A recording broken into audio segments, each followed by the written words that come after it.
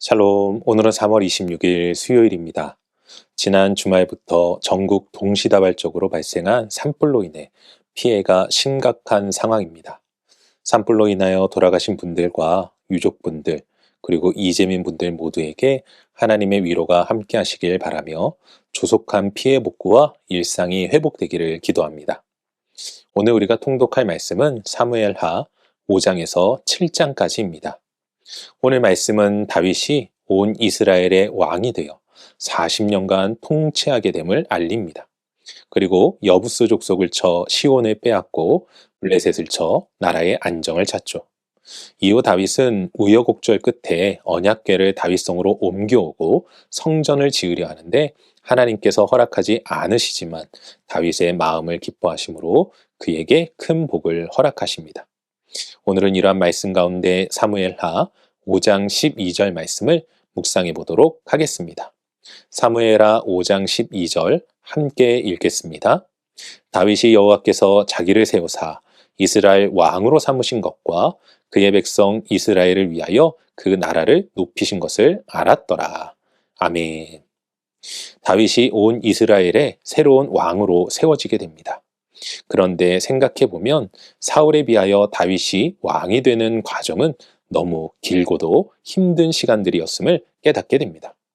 그도 그럴 것이 사울은 사무엘로 하여금 기름 부음을 받고 얼마 지나지 않아 왕이 되었습니다. 하지만 다윗은 어떻습니까? 기름 부음을 받고서 대략 20년에 가까운 기간이 지나 왕이 되지 않습니까? 그리고 그 과정들도 보면 초대 왕이자 자신의 장인인 사울에게 쫓기는 등 정말 말도 되지 않도록 어려운 시간을 보내어 왕의 자리에 오르게 되었습니다. 인간적으로 생각해 보면 하나님께서 다윗을 너무 힘들게 하신 것이 아닌가 생각해 보게 되는 부분입니다. 그런데 어찌 보면 이러한 일들은 다윗을 훈련시키고자 하신 하나님의 뜻이 아니었을까 조심스럽게 생각해 보게 되는 부분이기도 합니다. 그 이유는 오늘 다윗의 고백 속에서 찾아볼 수 있는데 다윗은 자신이 왕이 된 것과 이스라엘 백성들을 위하여 나라가 높아진 것이 모두 하나님의 인도하심이었다는 것을 알았다고 고백하고 있습니다. 이 고백 가운데 중요한 단어가 알았다는 것인데 이 단어를 원어적으로 생각해 본다면 단순히 무언가를 인식하여 아는 것이 아닌 직접 경험하여 실제적으로 알게 된 지식을 의미하는 것입니다.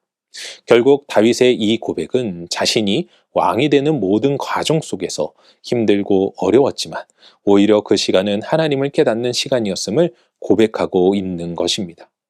이는 삶의 어려움과 고난이 오히려 하나님을 인식하고 알게 되는 아주 중요한 도구가 될 수 있음을 가르쳐 주는 것이죠. 사랑하는 성도 여러분, 혹시 어려움과 힘든 시간을 보내고 계신가요? 지금 그 시간은 고통의 시간만이 아닌 하나님을 인식하고 알게 되는 시간일 수 있습니다. 그리고 기억하십시오. 반드시 그 어려움의 시간은 끝이 날 것입니다. 그리고 이미 그러한 시간이 지나고 지금은 안정된 삶을 살고 계시다고 한다면 지난 어려움 속에서 함께 하셨던 주님을 기억하며 현재 주어진 삶에 단순히 만족하는 것을 넘어 이 모든 것이 하나님의 은혜임을 알고 감사할 수 있는 모두가 되시길 주님의 이름으로 간절히 축원합니다. 기도하겠습니다. 사랑과 은혜가 충만하신 아버지 하나님 감사합니다. 아버지 하나님, 우리가 어떠한 상황 가운데 있던 그 상황 속에서 함께 하시는 주님을 믿습니다. 그리고 특별히 어려움과 문제 앞에서 하나님의 도우심의 손길이 있음을 믿고 그 시간 속에서 또한 하나님의 역사와 은혜들을 깨닫는 우리들 모두가 되게 하여 주시옵소서.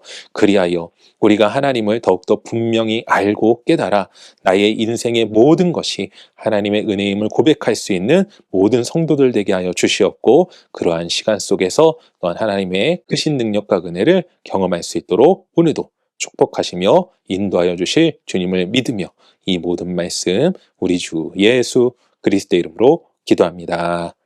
아멘.